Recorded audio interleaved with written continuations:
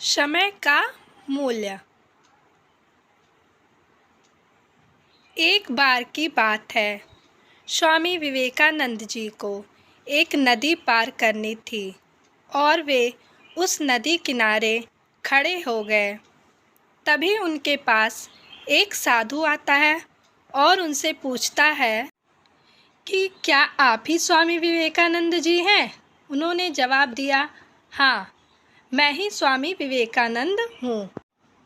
तो उस साधु ने उनसे पूछा कि आप इस नदी किनारे क्या कर रहे हो? तो स्वामी विवेकानंद जी ने जवाब दिया, मुझे इस नदी को पार करना है और मैं एक नाव का इंतज़ार कर रहा हूँ। तो साधु ने उनसे कहा कि आप इतने बड़े इंसान हो और बहुत सारे लोग आपको अपनी प्रेरणा का स्रोत मानते हैं, लेकिन आप इस एक मामूली सी नदी को पार नहीं कर सकते। तो चलो, मैं आपको इस नदी को पार करके दिखाता हूँ।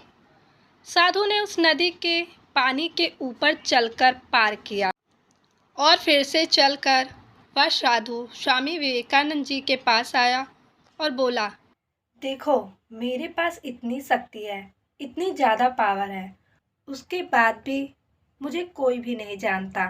लेकिन तुम्हारे पास ऐसी कोई शक्ति नहीं है, तब भी तुम्हें सारी दुनिया जानती है।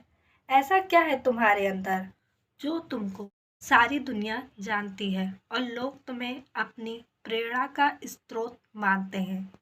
मोक्ष कैसे प्राप्त करें? तो स्वामी विवेकानंद जी ने उस साधु से मुस्कुराते हुए पूछा कि तुम्हें इस विद्या को सीखने में कितना समय लगा? तो साधु ने जवाब दिया, 15 साल। इतने में ही स्वामी जी की नाव आ गई और स्वामी विवेकानंद जी ने उसे अपने साथ नाव में बैठाया और नदी पार की। और पार करने के बाद स्वामी जी ने अपने जेब से 1 रुपये निकाला और नाव वाले को दे दिया, यानी कि दोनों के 50-50 पैसे हुए थे।